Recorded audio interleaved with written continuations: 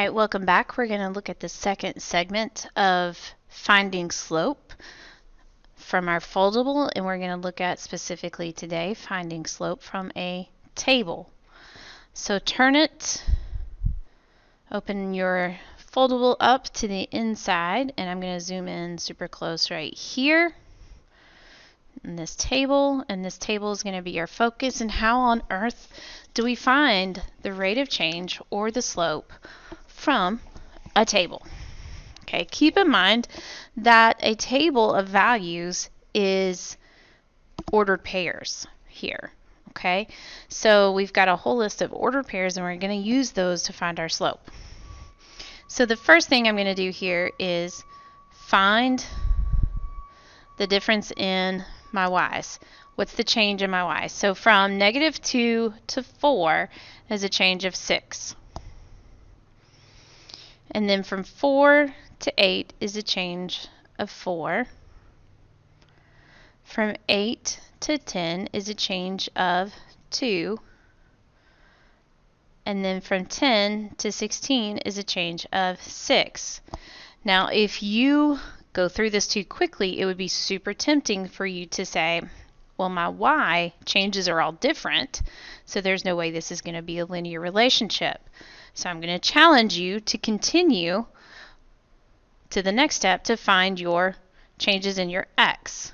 So from -1 to 2 is a change of 3. From 2 to 4 is a change of 2.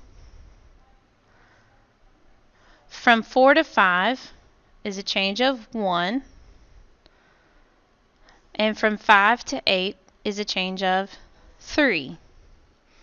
So then my next step is to write each of those as ratios, and that's why I've changed my colors here.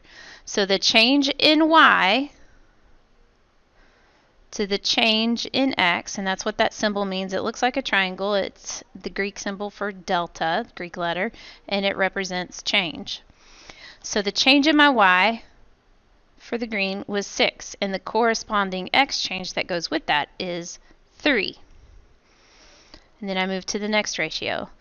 Y change 4, and the corresponding x change is 2. That's why I've used different colors here. I'm going to use a darker purple for this next one. So the change here was 2 for y, and the change here was 1 for x. So 2 for the y change, 1 for the x change. And the last one in orange, 6 for the y change, and 3 for the corresponding x change with that. Now I'm going to take each of those ratios and see if I can simplify them. So 6 divided by 3, it will simplify to 2. 4 divided by 2 will simplify to 2. 2 divided by 1 will simplify to 2. And 6 divided by 3 will simplify to 2. So my slope here, and we use the variable m to represent slope. My slope here for this particular table is 2.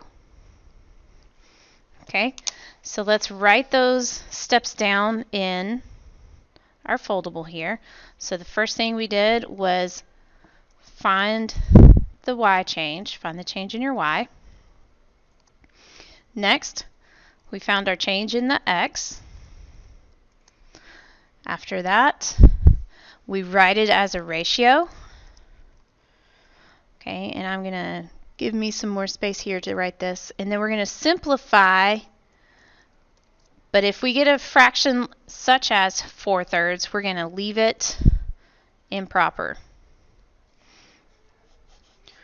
If I make that fit like that, and then I'm going to put some space here so I can draw the ratio. This should be number 4. Okay, so the ratio looks like whatever your y change was, whatever your change in y was, to whatever your change in x was. Okay? And that is how you find slope from a table.